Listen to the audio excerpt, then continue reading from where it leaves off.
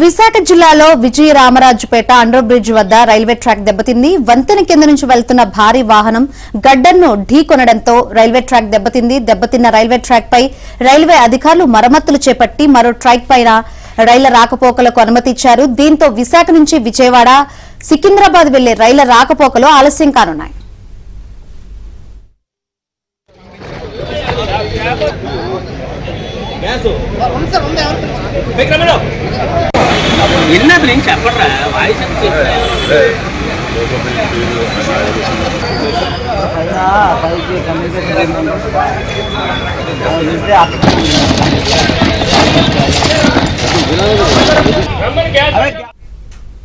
విశాఖ జిల్లాలో Vijayaramarajupeta under bridge వద్ద railway track దెబ్బతింది. ఇదే అంశానికి సంబంధించిన పూర్తి అప్డేట్స్ మా ప్రతినిధి సతీష్ అందిస్తారు.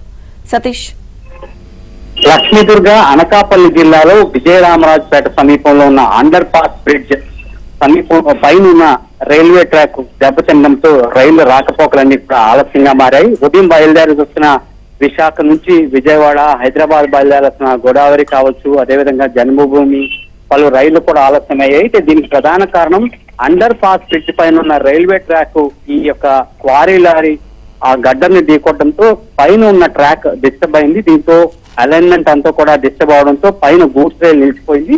దీంతో రైళ్ల రాకపోకలన్నీ కూడా పూర్తిగా అంతరాయం జరిగినట్లు రైల్వే అధికారులు గుర్తించారు. వెంటనే ఆ యొక్క ప్యాసింజర్ డ్రైవర్, గూడ్స్ డ్రైవర్ దీన్ని కనుగొనడంతో వెంటనే రైల్వే అధికారులు సమాచారం అందజేశారు.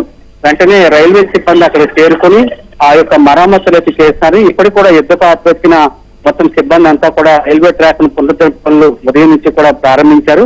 అయితే ఈ ప్రమాదానికి గల కారణాలు అక్కడ క్వారీ లారీలు తరచుగా వస్తుంటాయి.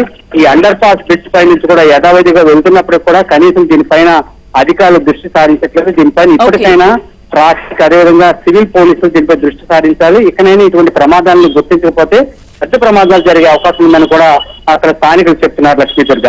Okay Satish, thank you.